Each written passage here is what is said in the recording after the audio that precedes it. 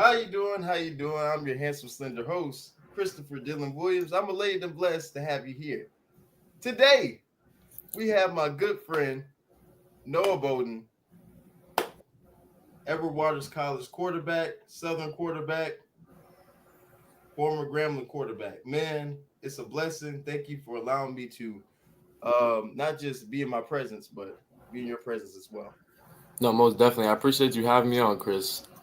So, man, how is everything, man? Because a year ago, man, we planned this, and the blessing about this is, man, we're able to now do this interview, man. So how has everything been since then? Everything's been a blessing, man. I'm really just so blessed to be in the position that I'm in right now, and to experience what I've experienced. And the last year has been very eventful, but it's been a lot of trials, tribulations, a lot of success as well. And like I said, I'm just blessed to be here. So you talked about trials and tribulations, man. A lot of times, in life, we go through trials. God allows us to go through these things not only to test our faith, but to know that we can depend on Him no matter the situation. So, man, going from, being one of the top quarterbacks in New York, right? And during a pandemic, you're going to Grambling State University, right? To Louisiana, but a small part of Louisiana that's basically woods, How are you able to not just get through the culture shock, but go there to get the business done, basically, get the job done? Well, yeah, you kind of hit it on the head. I mean, it was a pretty big culture shock, going from a big city like New York and then going to, Ruston, Louisiana. Is a very small town.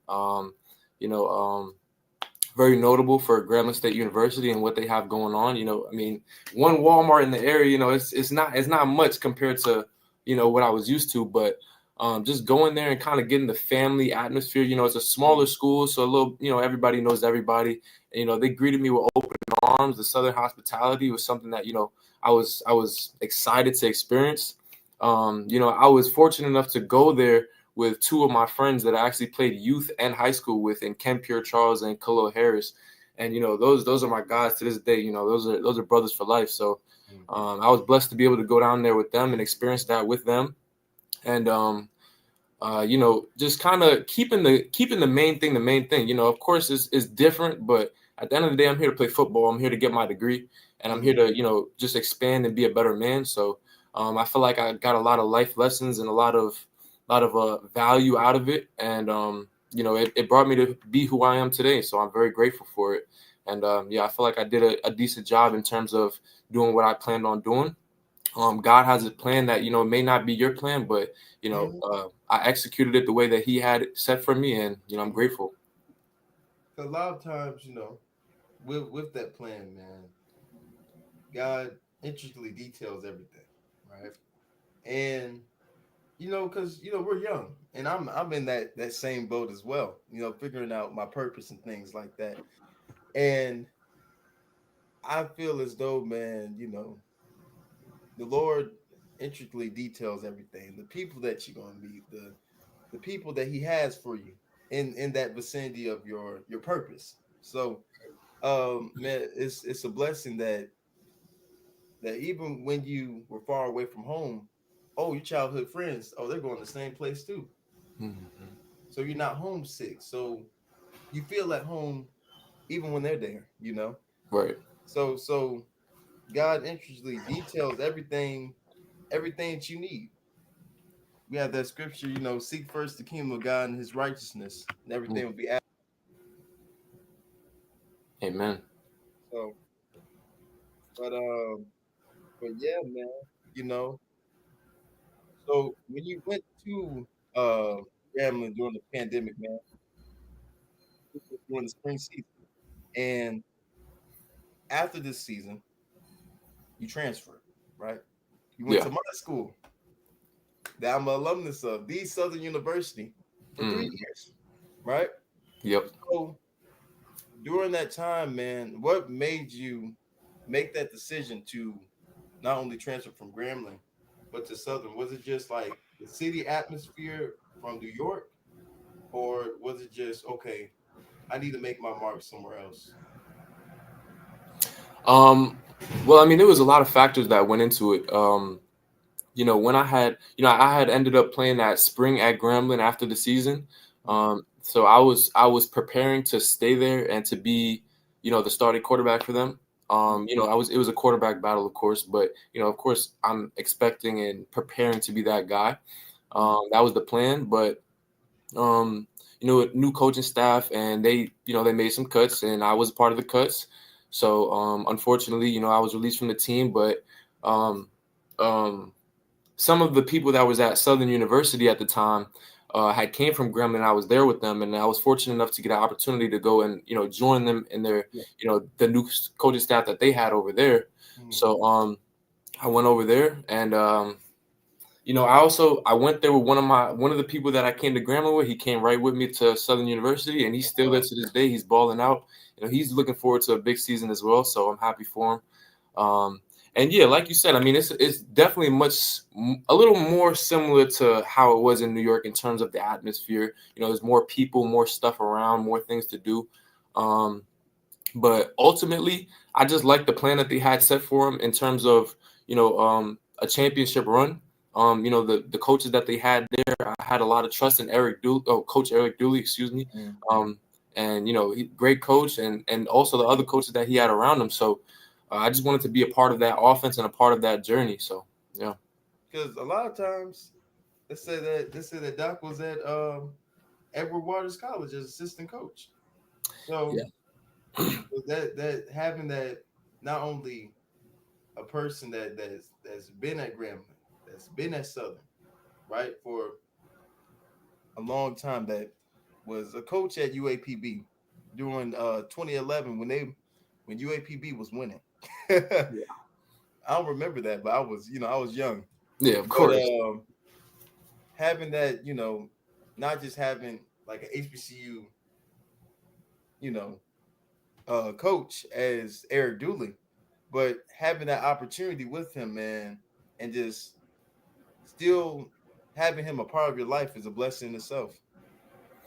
Yeah, I mean, I can't really speak too much on what's going on.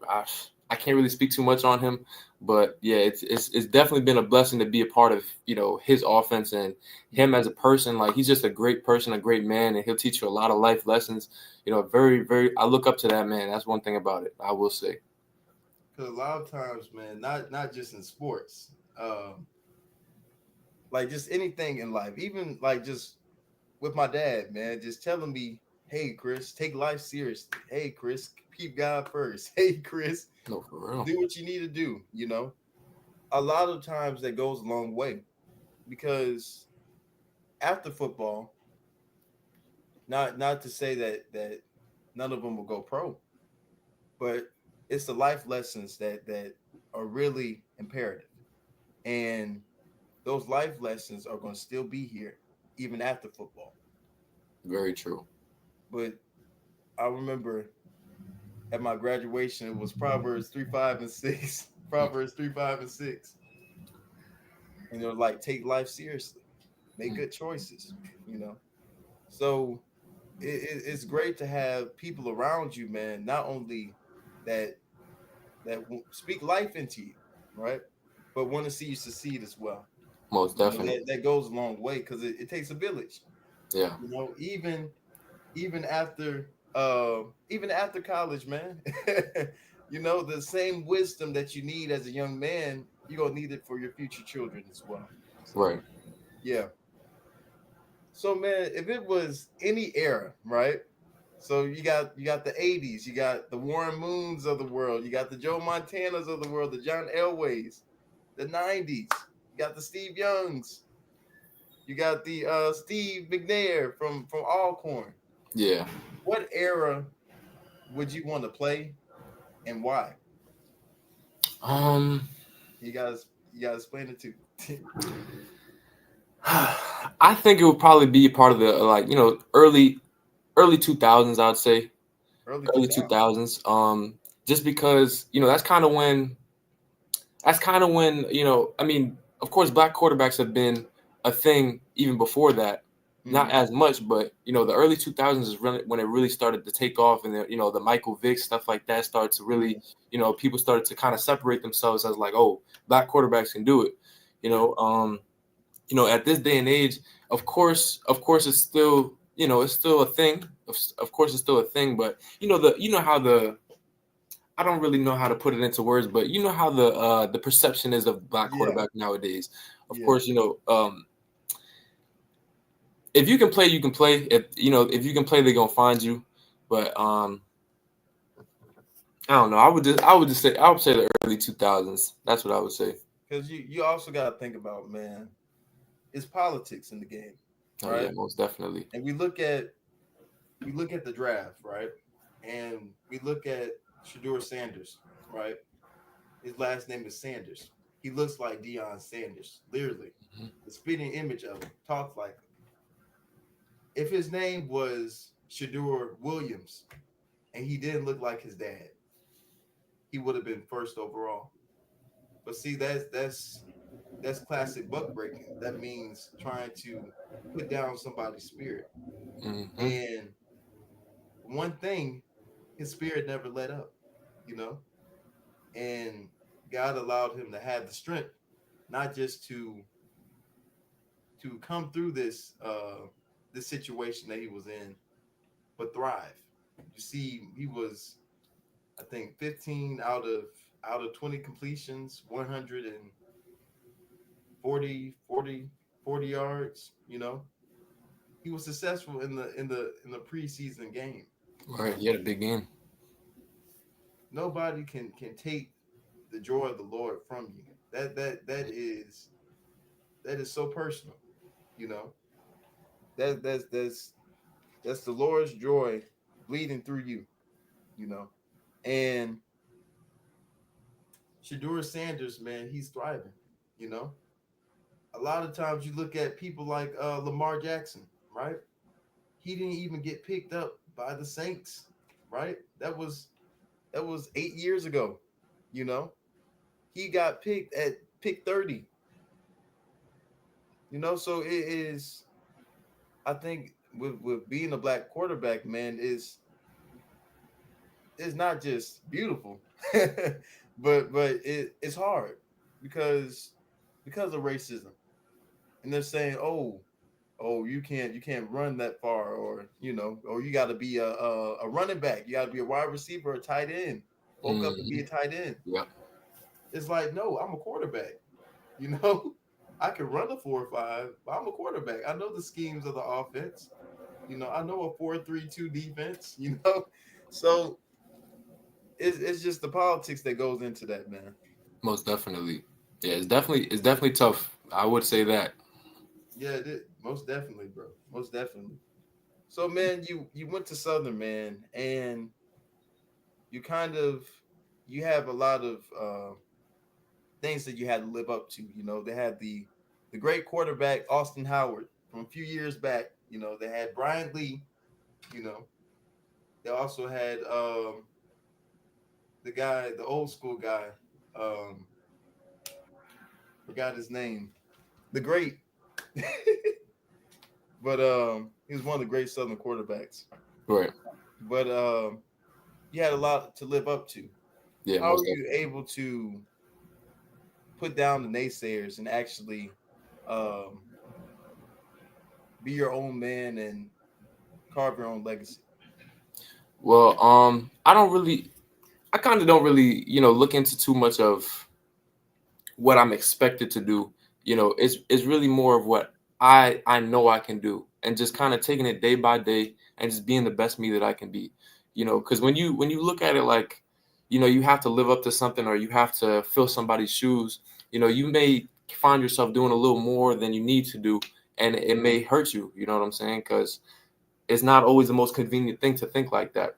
So yeah, I kind of just look at it like I'm gonna just be the best me that I can be, and just take the good with the bad. There's always gonna be people in your ear telling you this, that, or the third. And as a quarterback, you have to be able to block that noise out, and you have to be able to just stay focused and do you. Because in addition to everybody in your ear telling you this, that, and the third from outside, you have people inside that need you and rely on you to lead and to execute and provide. So, it's a lot that goes into playing quarterback. And, one thing I would say to people that are young going into college or even high school to play quarterback, it's a lot. It's not easy. You won't have the regular lifestyle of a college student. You know, you just got to take it like a grain of salt. Be a duck. Let the water roll off your back, and just keep going. So how are you able? Because like a lot of us, just going to Jackson State or going to FAMU, right? How are you able to? Because like there's different things happening. Like the coaches are giving signals, like doing Hmm. this, or the fans, the sonic boom is playing. So how are you able, like just during a loud game, how are you able to like even during the away games, how are you able to keep your composure and be like, okay, Noah, this is what I got to do. Let me just calm down, focus, do my reads correctly, so we can progress and score a touchdown. Um, that's a good question. Because it's a lot. I mean, the first game I played at Southern. Matter of fact, the first game I played in college football, I was at Grambling, and we went to Alcorn and played in. Oh no, it was It was against Prairie View. It was against Prairie View in the Cotton Bowl. And Mm, mind you, the Cotton Bowl. If you know anything about the Cotton Bowl, big stadium. It's loud. The Cotton Bowl. It's the State Fair Classic is a big game in HBCU football. it is. So for me to get my first little playing time in that game and just I executed pretty well. I did pretty well.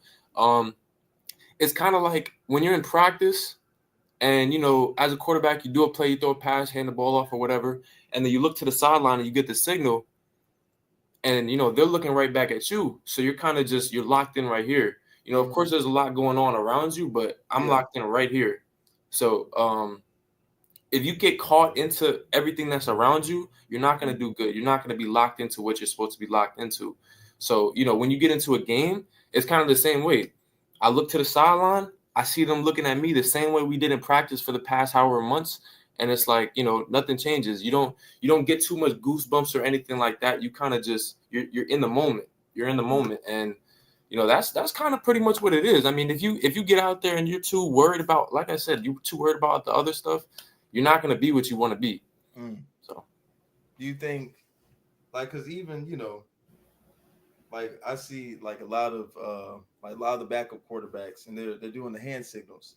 I always thought, like, even as a kid, oh, they're paving a way for them to be coaches one day, and sometimes it's true. Like, mhm. is that true? Like, for what they do, like with college athletes and stuff. Yeah, most definitely. I mean, they're like I said, they're not just teaching you to play football. They're Mm, teaching you to be men. They're teaching you to prosper in life. Not only just even if you want to be a coach, but whatever it is that you want to do, they're mm, teaching you to be able to lead men. They're mm, leading men, and they're doing it in a way that teaches you like you can do it too. So yeah, getting on the sideline, signaling, and knowing the offense. I mean, the way mm, they teach it to you, it's like you're going to be able to relay this to somebody else. If we bring in a new quarterback, you're going to be able to teach him the same way we're teaching you. mm. So yeah, it's definitely preparing you for the next level of life on or off the field. Do you think like just like with preparing like different plays and knowing the offense, like the way that you study, would you would you think like if I'm an upcoming quarterback, right? I'm a young man that's going to Edward Waters. Would you prefer like me to write like note cards of the plays or like to study, or is it just Um, like muscle memory? Like, Nah, definitely not muscle memory. I mean, okay. that'll never work. It's too much that goes into it that you're gonna have to know. I mean, you have to know the X's, the O. You have to know everything. I have to know not only what the defense is doing up top. I have to know what Mm, the linebackers are doing, what the mm, nickels doing, what the D line is doing, and then I have to know what all of my guys are doing and how they're gonna do it specifically based on how the defense is doing it. So, I'd say the best way to learn would probably be just have a notebook and make sections for different types of the offense and installs like stuff like that. um and write it down and look it over. That's how I learned. I got here in the spring, and you know, I learned pretty quick. I learned the playbook pretty quick. Why? Because when I'm in meetings, I'm writing down. I'm writing down, making sure I'm writing down. I'm inspiring others around me to do the same thing, even if they know it already. Just write it down so that we can make sure when we get out there, there's no mistakes. And yeah, Shit, I gotta do that, man. I'm telling you, man, it's a lot. So you're going to the SEAC, man, right? Yeah. So you're at Edward Waters, they have Benedict College, Bowie State over there. Why the move to Division II football? And do you think this was just the opportunity for you to just have a clean slate and have a different landscape and build something at Edward Waters? I'd say the connections that were over here already. I don't really look too much into. Oh, it's the SIAC Division II over Division I. It's opportunity. Oh Like yeah, I said, if you can play, they'll find you. yeah. So I know people over here. Actually, I played with one of the coaches that are here now, and Okay. he recruited me. He told me pretty much what they had going on, and he gave me a little insight on the coach Brian Jenkins. And I mean, if you know anything about Coach Brian Jenkins, he's a great coach. He was at Bethune-Cookman a few years back when they was having their winning seasons. I think they went on like they went on a run of like five championships or five championship appearances in a row or something like that. Oh But wow. you know, just joining a winning coach and somebody who's searching for a winning culture. You know what I'm saying? I wanna kind of be a part of that, and we've been able to do some special things in the past few months here, and I look forward to the next few months. And I think people are going to be surprised what we're able to put together. Cause yeah, man, bro. When I was looking at Edward Waters, I was like, oh, this Noah. Oh, I was like, I didn't even know that you transferred, bro. I was just like, man, let me call him. Ooh. Then you said you transferred, so I was like, okay, man, this is a good place for you, man. Because it doesn't matter what school. Because a lot of times the NFL does this, man, and they not just only politics, man, but then I'm just like, okay, Tyreek Hill went to West Alabama. It doesn't matter, you Right. know. He's talented, and if that player is talented, they're gonna find you, Mhm. So I hate when they politics so much, and they're like, oh, he went to Division II. Oh no, we're gonna skip on him. We're gonna be undrafted. Huh? No, but at the same time, it's about the hardest worker, but also the person that is coachable, right? And when you are coachable, coaches can work with you. It doesn't matter if you have all the talent, but if you are stubborn and and you think the whole world revolves around you, and this is the Chris show, you're not gonna get a lot of playing time at the end of the day. So Right. it's kind of like I give you an example, Wes Welker from the Patriots, right? He wasn't a sought out receiver, but he worked. Yeah. He put in the work, and he became a starting wide receiver. So they'll find you at the end of the day because I know a guy from one of the guys from Alabama State. Well, no, Alabama A&M, and you know he played for the Colts. He started for the Colts, and now he's in the Hall of Fame. So it doesn't matter where you go to, man. It just matters the opportunity that is given. Right. So man, going from Southern, man, it was a lot of trials and tribulations. A lot of quarterback changes. Zay coming in, Jalen coming in. Two young bucks. You Hmm. know, how are you able to not only? 'Cause I know it was hard, but how were you able to keep your composure and not just perform well during homecoming versus Alcorn, but also know that okay, I'm doing my best. Might not be where I want to be, but in that moment, it's gonna get better. Yeah. I mean, like you said, it's tough. It was tough. It definitely was tough. It was Mm, definitely tough. one thing I'll say is not everybody's always going to have the confidence and the belief in you, but as long as you have the confidence and the belief in yourself, God will make a way. Of course, always. So you know, JT Set and Jalen Woods, I mean, those dudes are talented dudes. You Mhm. know, they're gonna make waves in the SWAC. I think, as far as I know, they're both. Well, one is at Grambling, Zay's at Grambling now, and then Yep. Jalen's at Southern. You know, I look forward to seeing them boys play this year. I know they're gonna do some big things. So even when I was taken out and then they were put into the game, I knew that they would do well, and I knew that the offense was in good hands. Why? Because I work with them every day. I know them personally. You know what I'm saying? Of course, as a quarterback, as a player, I don't want to come out the game. I want to be the guy, Of right? course. But you also have to be realistic with yourself. I mean, if you're not producing, they have to make business moves and do what's best for the team. So Mhm. I was never the type to be, down about it or just, Mhm. kind of be against it. Even when they went into the game, I gave them tips and pointers and, kind of told them what I saw, helped them out a little bit. And, they can of course attest to that. I mean, it was a special thing to see all three of us play. It definitely was. Yeah. But, um, just continuing and going, man. I mean, shoot, I got my opportunities. I made the most out of them. Sometimes I didn't do what I wanted to do, but it is what it is. Yeah. And yeah, that's pretty much I it. mean, at the end of the day, man.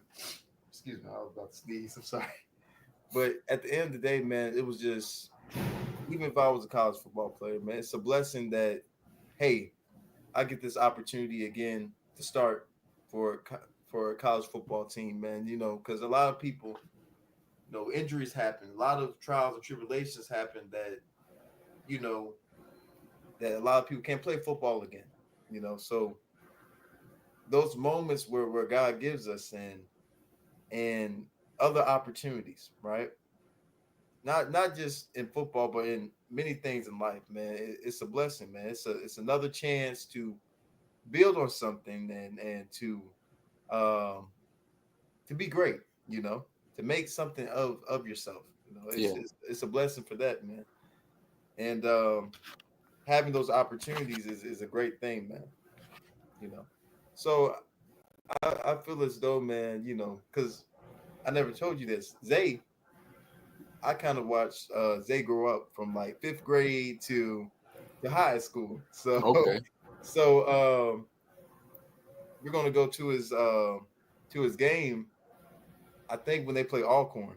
I don't know Mm, when that is, but seeing his progression is a proud thing to see because he's basically family. So yeah, that's a special dude right there, man. I'll tell you that. yeah, humble kid himself. Most definitely. So what is your not just your expectations for yourself, but what's your expectations for Edward Waters College football team this season? My expectation is a championship, not just one but two.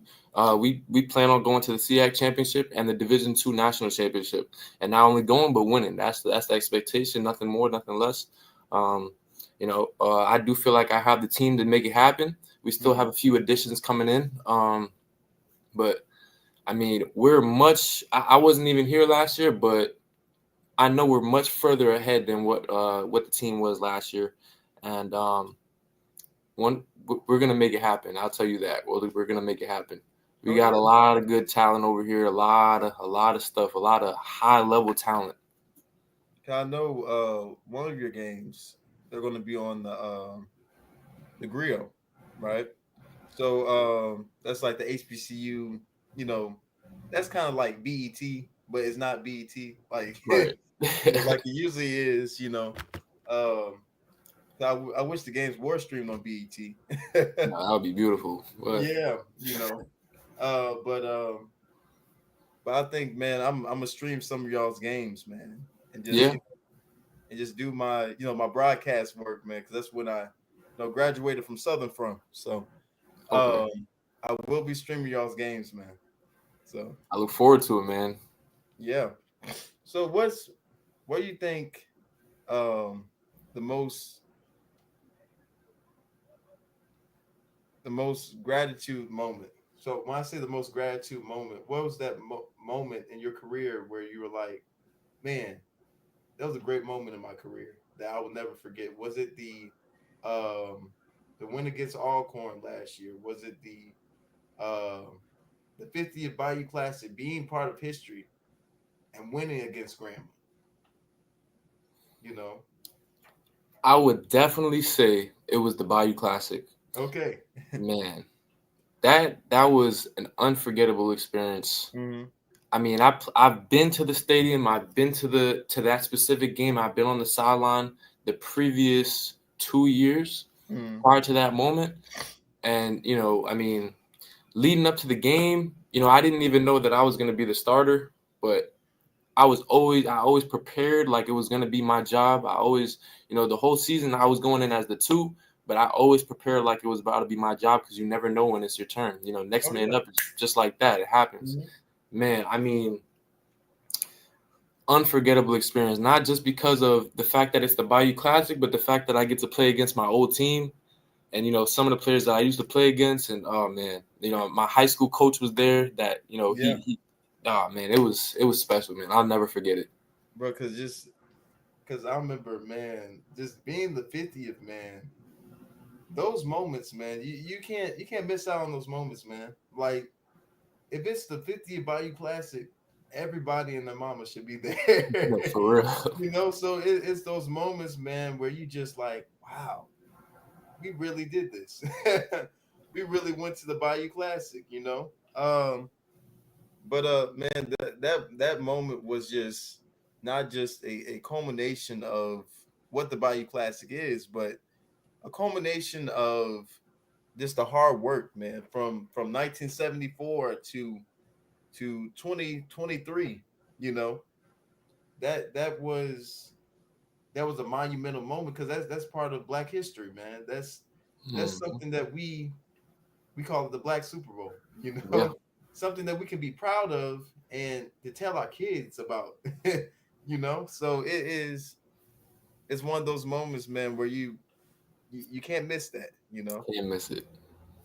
I That was special. remember I remember it was like an aura moment, and basically, you know how the Saints have those flickering lights, and basically you're at the end zone, and the band was playing the da-da, da-da, da-da, Yeah. and you went to the sideline, you were praying, and then it was you point your hand up to the sky, you put your helmet on, and you went to the sideline. So I was like, okay, 'cause that was I think it was in Special. like a Bayou Classic like highlight or something, Yeah. and just seeing that, man, I was like, okay, yeah, yeah, Man, that was a special moment. I know exactly what moment you're talking about too. yeah. Yes, sir. But just those moments, man, what we have in HBCU football, man, is nothing like it. Like the PWIs, yes, I love LSU with all my heart, but then I'm just like, man, just growing up, man, and being 15 minutes from my house, Little Southern University, man. Like that's culture, man. That's just going out on Saturdays, man, and you see the different fraternities they're cooking. Your dad or your mom might be cooking some chicken or something on the grill. Hmm. Like it's nothing like it, bro. It's like PWIs, they try to replicate it, but at the same time, this is our culture. It's our culture, bro. Yeah. It's something that we can be proud of because before, hey, the PWIs did not want us, you know, and now we're in a situation where we got to build our own things. We have to build our own culture. And we have to um, not only to create that, but to keep it thriving. That's with the Bayou Classic. That's with the classic, the Music City Classic. Alabama State versus Alabama A&M. Or the classic Jackson State versus Tennessee State. Mm. All uh, these classics. This is a part of our culture, the band and everything else. So it's imperative that we keep this going in the future, and to keep it thriving. Most definitely, Yeah. definitely. So what's one moment, man, where you were like, okay, I can overcome this, but I need help. I can't do this alone. I would say, well, I can name two moments. Okay. First one I would say is when I was released from Grambling State University. That was kind of a big point in my life because my plan Mm, was to stay there. I loved it there. I loved the people mm, there. It felt like home. As yeah. much as it was different from where I was used to. It Mm, felt like home. The people there made it feel like home for me. mm, And being released, I just went home, prayed, and a good decision was made after that, and God led the way. yeah. Um, the second one, I would say this is a little bit more. This was a little bit of a bigger. This was a bigger point for me where I was like, man, I need some guidance here. After the Savannah State game of last year, Mm, so during that Savannah State game, I think I may have played maybe my worst game. My mm, worst game. I only played like a quarter and a half, maybe. You know, it was like I felt so down about it. Of course I stayed positive on the sideline. I still encouraged my guy to go out there and do well. But it was kind of like a point like, dang, like, I questioned myself. I really questioned myself and I got a lot of scrutiny about it. People all week, in school, people are gonna tell you about yourself, I mean that just comes with the territory. yeah. But you know, I prayed on it. I prayed hard. I kept the faith in God, and I just put one foot in front of the other, took it day by day. And Mm, the next week, I told myself that my opportunity is gonna come again, and when it does, I'm gonna shine. My opportunity came the next week, and we didn't win the game. I came into the game when we was already down, I believe, like 20 points or so. So it was tough. But I did well. I threw for over 350 yards and a touchdown. Of course, I could have did better. We could have won the game, but I felt like I took a step in the right direction personally. mm, In terms of my belief and my faith in not only the man up above, but in myself. yeah. To because if you don't have faith in yourself, then who else will? Mm, So even whilst I felt going into that game like people are probably looking at this like, oh, why this kid coming, mm, that's just kind of how I looked at it. But I'm like, I'm about to show these people. I'm about to show these people that I'm not who they think I am. So, yeah, that would be the points. yeah, man. I feel like during that time, man, like just even a lot of people are gonna have criticism, you know, and you know during that time, seeing you on the sideline as one of your friends, it hurt. I was just like, oh man, you know. But I realized, man, that a lot of times with God, there's growing pains that we have to go through. And we have situations where it's like, God, why am I going through this? Mm, Why is this happening? Did for I do real. something wrong? Are you trying to test me? Was I disobedient? Things like that. And it's kind of just realizing, okay, man, God has prepared me for this moment. He has allowed me to go through that to prepare for my next opportunity. And my next opportunity, I'm gonna shine, no matter the outcome. So I think with that, man, it's just realizing, okay, the outcome that's gonna come out of that, okay, I did better, I improved. Yeah, There's always room to improvement every day. There's always a moment where you can strive to be better. yeah. But yeah, man, I remember that Alcorn State game. You were in there. I Mm. was like, oh, that boy is moving. especially, especially, man, it was the game a blowout or it was a close, it was like 40, what was it, 45-24 or you something? you talking about the Alcorn State game? Alcorn State was like 45-24. Actually, going into the fourth quarter was 14-14, and Okay. I think the game ended 28-14. Okay. So it was a close game. So I Yeah, was in the booth, doing the directing the cameras and stuff. I yeah, was like, oh, look at Noah. My boy shining. yeah, man. I remember the Savannah State game, man. and you ran for like 20 yards, bro. And I was like, bro, I didn't know you can move that fast, bro. You know what I'm You saying? were I moving. shocked a couple people now. You were moving, bro, on that play. I know. You know what play I remember. You know, Oh yeah, I know what you're it talking about. was like a running play, and at the end you kind of got hit hard, but then you Yeah, got up. And I was like, that was a nice play. yeah, no, for real. You know, but yeah, man. But I'm grateful, man, that you taking the opportunity to do this podcast with me, man. You know, we've been working on this for a year, but I'm glad that we were able, even if it took a minute. I'm It glad we definitely were took a able little while. to. I'm glad we were able to not just break bread, talk about God, man, and come together for this moment. You know, Right. but any shout outs that you want to make, any advice that you want to give to anybody, you know, the floor is yours. Shoot, I just say, man. I mean, keep the faith in the man up above. That's one thing I'll say. I mean, he took me through a lot of battles, a lot of battles. You know, times where I felt like I was lonely, just got on my knees and prayed, talked to him. You know, I felt like I had all the company that I needed. So, also, like I said earlier, a lot of people will take it like, I went from D1 to D2 now. And, some people even told me like, man, how did you, what did you just, you had to swallow some pride going to a D2, huh? I don't look at it like that, because Mhm. at the end of the day, this is an opportunity.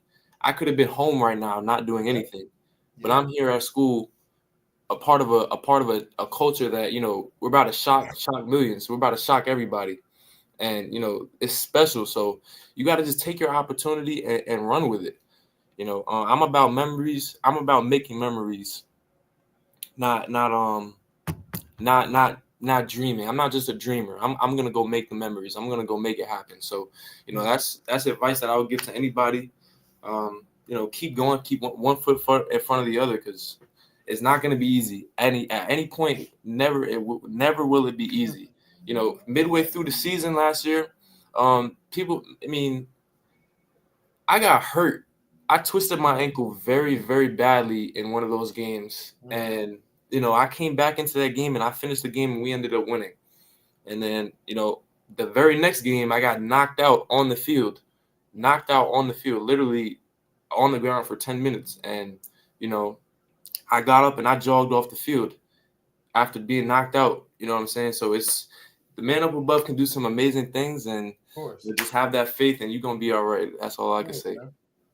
You know, a lot of times, man, we stress about things that is in his control. Right. And I've been in that situation as well. I'll be stressing. I'll be like, Lord, how am I gonna pay this? How am I gonna do this? Then it's solved. So it's kind of like when we go through Proverbs 3, 5, and 6, and it talks about trusting in Him fully and not leaning on your own ways, your own thoughts, the situations that are around you at the moment. And you have to realize, okay, God is in this boat with me. I'm not alone. It may be scary, but there's purpose that's going to come from it. Every situation that comes through it, you're either being used as a vessel to bring others to Him, or you're used for His will and His purpose. You know, you look at people like Deion Sanders. This man had cancer for like a week, then it's gone. Damar Hamlin was dead for 9 minutes, then he's alive. Now everybody has belief in Christ. Right. So you can never doubt what God can do because you've seen it in your life, you know, and He wouldn't bring you this far to leave you to to be in a situation where you can't get out of. So you lean on Him for every situation, for every moment, for every pain, for every situation that you're in, and you allow Him to um, dictate your life. You know how the prayer, let your will be done. Right. When you say let your will be done, be prepared. Right. There's gonna be some tears, you know. But man, I'm just grateful, man, that you allowed me to interview you today, man. Just good luck with the season, man. And for anybody out there, wherever trials or tribulation that you're going through, lean on the Lord. Lean on him because he will get you to places where you never imagined. And he will allow you to be where you need to be. So man, I'm just grateful that you allowed me to interview you, man. 'Cause I know you got a big schedule. You got practice soon. Yeah, So I'm gonna let you go, man. I'm gonna give you my contact, man. You know, anytime that you want to come on the show, man, to break bread, anything. If you need a prayer, hey, I'm here.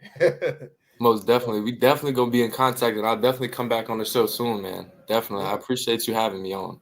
Hey, and if you come back to Baton Rouge, man, hey, we can get some lunch. So Oh yeah, I'll be back for sure. okay. But have a good one, bro. All right, thanks so much, man. All right, man.